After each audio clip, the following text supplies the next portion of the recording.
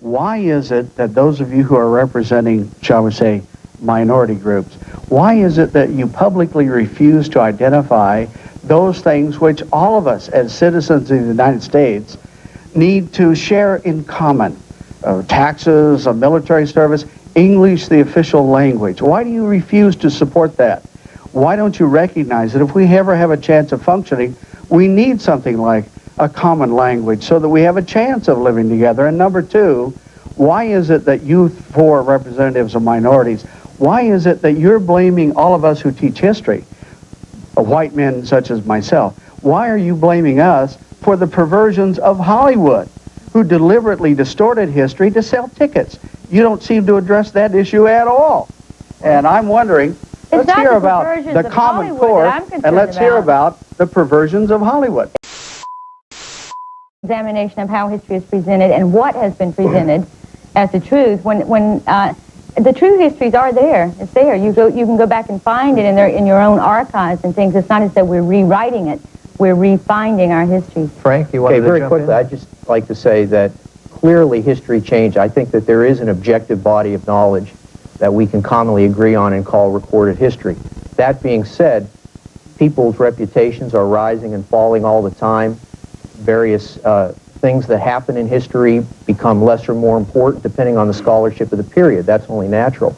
But the point I wanted to make was this. I'm all for everybody establishing their own cultural identity. That's very important. But I do say this.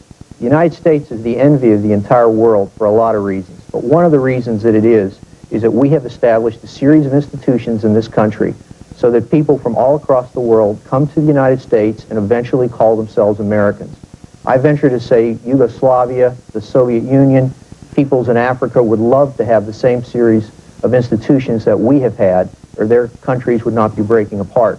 So yes, we need people need to discover and have their own cultural identity, but it cannot be at the expense of those institutions that have made us one people. And you see that happening? I'm just saying that there's a possibility if we get carried away too much. It's fine to have black and Hispanic and women identities and things that happen in history be part of a common culture, and indeed the culture will change as a result. It's fine, but I'm simply saying let's just not lose part of the core values that make us all Americans. Are we no such thing as a common culture? I think Frank is being awfully accommodating. In fact, there is a powerful resistance to allowing these various histories that make up the American history come out. In fact, in Oakland, California, they revised the history textbooks. People got so upset that they forced the school to abandon them. The upshot is that the students have no history textbooks this year in the Oakland schools. One of the things, no history better than a skewed history? Well, you don't have to teach history from the books. That's the point. But kind of helps to take something home and read it. It can be brought into the classroom, and that has been a missing component in public education. Frank may be right in the sense that there is a set of objective facts that we may be able to reach agreement on, but there are different filters that interpret those facts. And the problem with American education is that there has been primarily only one filter to interpret those objective facts. And what we're now trying to do is to bring in those other filters and see that there are other perspectives that influence and shape American history. Does every culture mythologize its history? And why do we? Why do kids spend a lot of time learning about Washington throwing $1 across the Potomac when he obviously did no such thing? Well, you said, Ron, is history myth agreed upon? I like to think of history as property. It's a form of property, and the property has been held by very, very few people in a very diverse society. What we're seeing right now, we've been seeing it over the last 25 years, is the property in history being redistributed. People are claiming their part of the property of history. And I think what could be more appropriate in a democratic society than that? A democracy rests on the idea that if property is narrowly concentrated, you no longer have a democracy. We are seeing that in terms of real property. Are we going to end up with history books about yay thick, big old things that third graders can't carry around? Or do we just chuck out a lot of stuff that's in there? Which dead white men get the boot? well, give the white men a chance to choose them. What's that? We'll give the white men the chance to choose. See? And Gary is right, because what you have to understand is what we're resisting is a selective reading of history. That's what we're resisting. And what we argue is that, as I said before, this is an unfinished project, and everyone must have a part in it. And we got to get away from Frank's self-congratulatory discussion of America. Whatever America is, it could have been much more. We have to keep saying that the only reason we don't want to change is we're going to break apart. Haven't you noticed we're not together?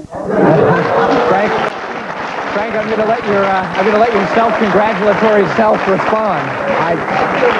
I think we're entitled to a little self-congratulations. It's really interesting that all across the world, countries are looking to the United States. Countries are looking to the United States as a model for their economic, political, and social development. The Soviet Union's coming here to find out how they can have a better society. The East Europeans Soviet Union is also here. finding out how tough it is to rewrite your history. They're having a hell of a time over there with their history books. Well, exactly. But the point is that maybe if they weren't authoritarian, had a little more respect for the values that we believe in, democracy and freedom, they wouldn't be in the troubles they have today. Democracy and freedom for white people. For everybody. I really hope that the perfect is not the enemy of the good here. To be sure, we set very high standards for ourselves in the Bill of Rights and the Constitution. And as is the case, of course, we don't always achieve those. But we come closer than any society that I know of to guaranteeing equal rights for everyone. That's something we should all be proud of. But is that any reason why we shouldn't struggle? Got to take a break. Okay. Sorry. When we come back, maybe we'll find out if the Constitution is a flawed document foisted upon us by DWMs. Back in a minute.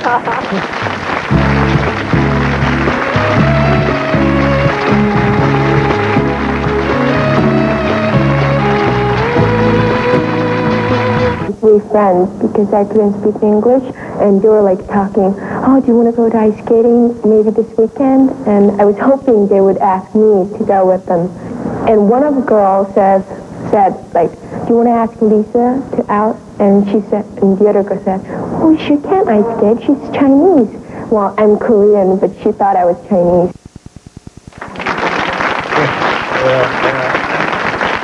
Welcome back. We are rewriting history with the director of the Committee for American Indian History, Jan Elliott, president of the Tomas Rivera Center, Dr. Arturo Madrid, executive director of the Achievement Council, Linda Wong, chairman of the African American Studies program at Cal State Long Beach, Dr. Maulana Karenga, historian and author from UCLA, Dr. Gary Nash, and chairman of the Christopher Columbus Quincentenary Jubilee Commission, Frank Donatelli. I'm going to start with you guys down here because I think you're probably in the minority. Which one of you want to stand up and throw a little heat? I'm not a minority. I'm a majority. Well, all right. I have two questions.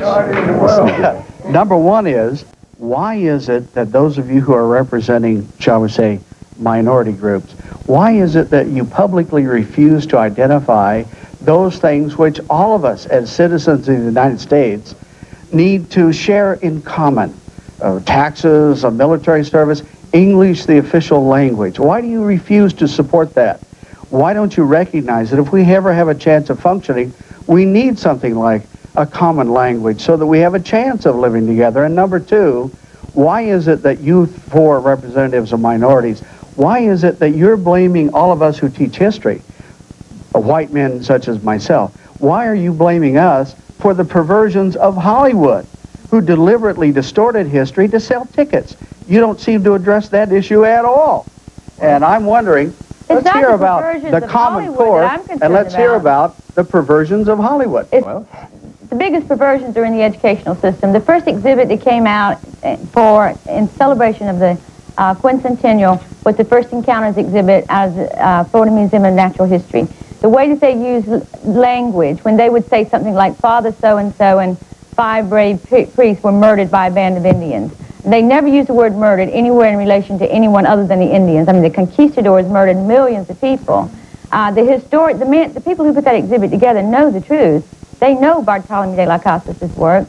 They know a lot more than they're saying. The president of our university, Dr. John Lombardi, who's a noted Latin American historian, got up last spring and told the Hispanic Student Association that they were being honored because they were the original founders of America. And I know he knows better than that. When I called him, I said, Dr. Lombardi, I don't understand what you mean. I mean, there were people here when the Hispanics got here. And he said, oh yes, but there really was no such thing as America. So what we're saying is if it's politically expedient to say certain kinds of things or to write certain kinds of things or to put them in your textbook, then they'll do it. Dr. Madrid, I think you wanted I'd to... like to answer this false dichotomy that's been set up by a history teacher.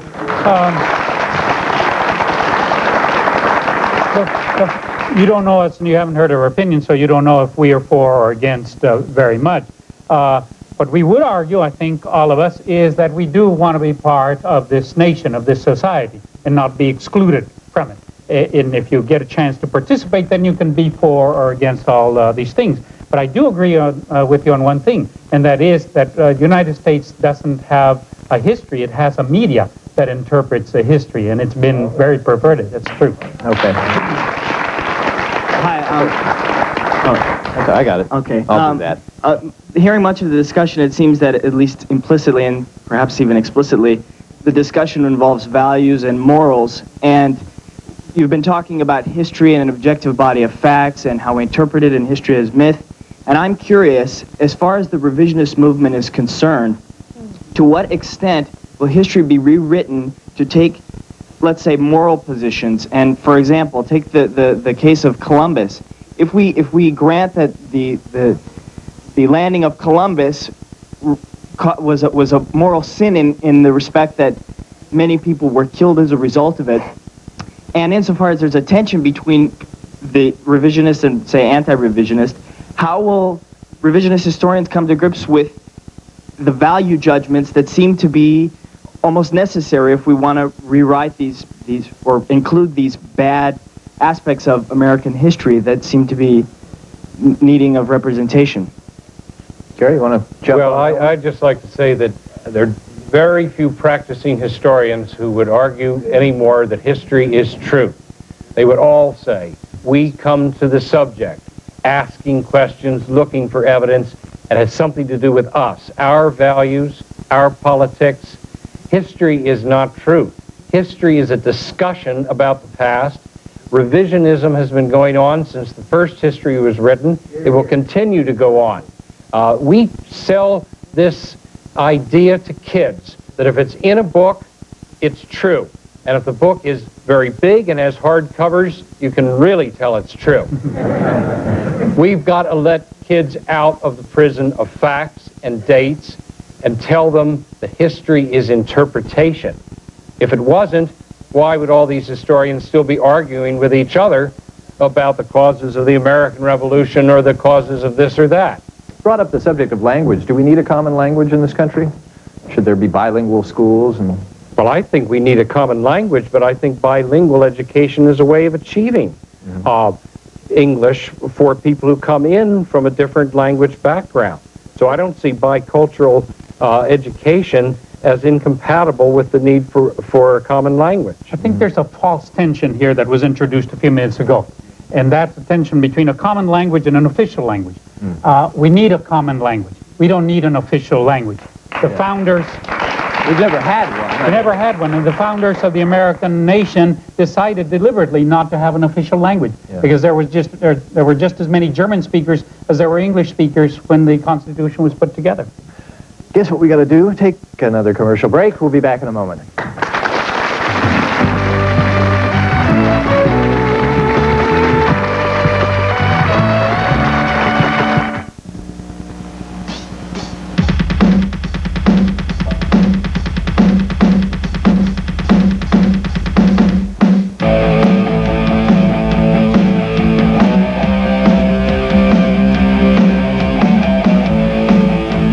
Call us 1-900-896-JUDY.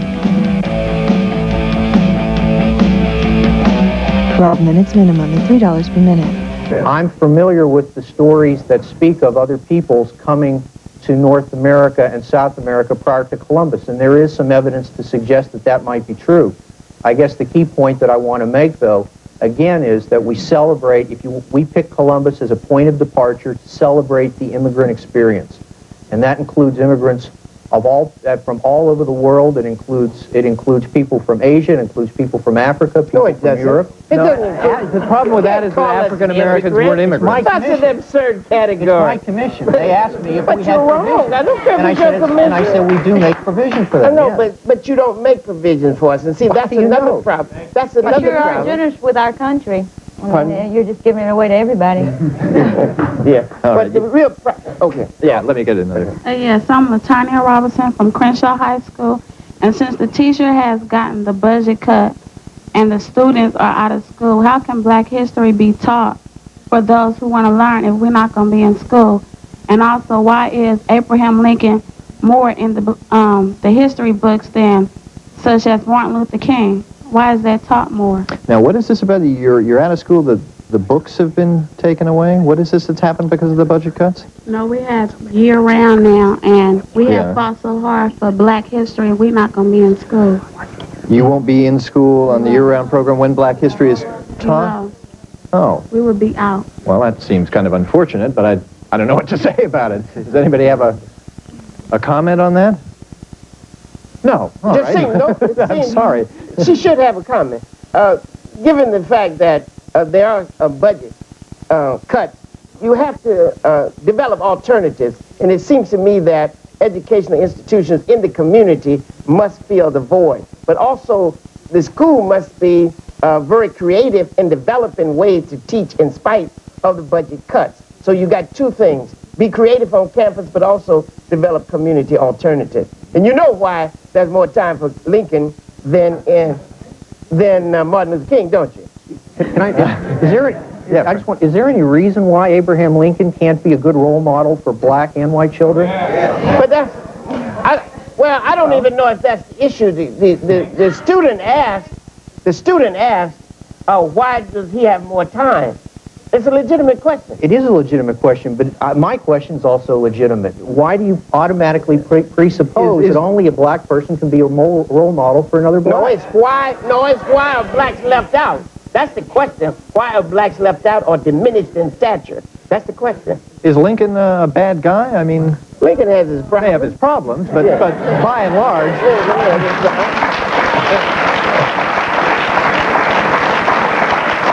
By and large, he seemed to be a pretty cool guy, though. No, he has problems. We can talk about it. Yeah, we don't have time, unfortunately. All right, that's another show. I maybe. want to respond to him, to what he said a few minutes ago. We don't have time. I'm sorry. Got to go to a commercial break. We'll be back.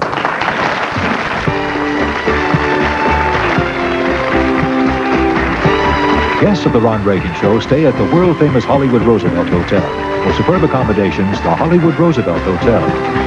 For tickets to the Ron Reagan Show, call 213-661-0354. For a printed transcript of this program, send $5 to Ron Reagan Transcripts, Journal Graphics, 1535 Grant Street, Denver, Colorado, 80203.